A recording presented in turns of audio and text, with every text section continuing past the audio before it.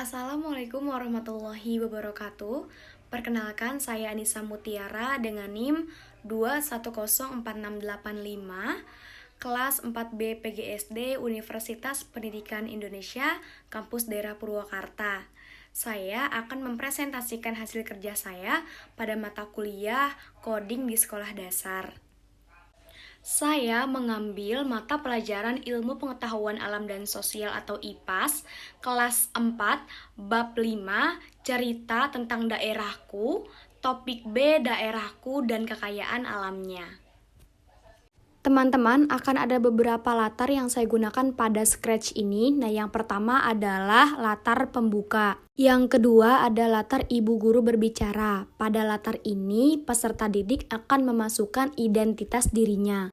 Agar peserta didik semakin tertarik membaca materi ini, maka di sini ada latar percakapan. Setelah itu, peserta didik akan mempelajari materi dataran tinggi dan dataran rendah.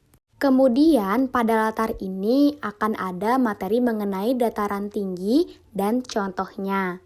Setelah itu ada ciri-ciri dataran tinggi. Setelah mempelajari materi dataran tinggi, peserta didik akan diajak mempelajari dataran rendah. Pada latar ini ada pengertian dataran rendah dan ciri-ciri dataran rendah. Selanjutnya, terdapat latar yang akan mengajak peserta didik untuk mempelajari contoh dataran rendah. Contoh dataran rendah sungai di Indonesia, lalu pantai yang ada di Indonesia.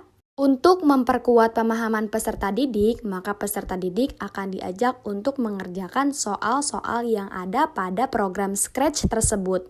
Teman-teman, selanjutnya akan ada sprite. Yang pertama ini adalah sprite ibu guru. Sprite yang bernama Ara, Ari.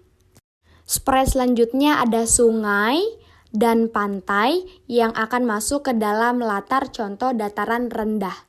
Terdapat sprite dataran tinggi dan dataran rendah yang akan digunakan di dalam latar pemilihan dataran.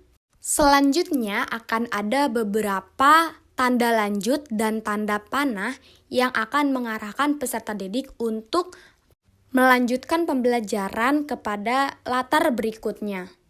Selanjutnya akan ada sprite quiz yang akan digunakan sebagai tombol masuk ke dalam kuis. Selanjutnya akan ada sprite pantai dan bukit yang akan menjadi jawaban pada soal 1. Lalu pada soal 2 jawabannya ada 200 dan 1000 mdpl. Ketika peserta didik menjawab soal dengan benar, maka akan keluar jawaban benar atau checklist. Kalau salah akan keluar tanda silang.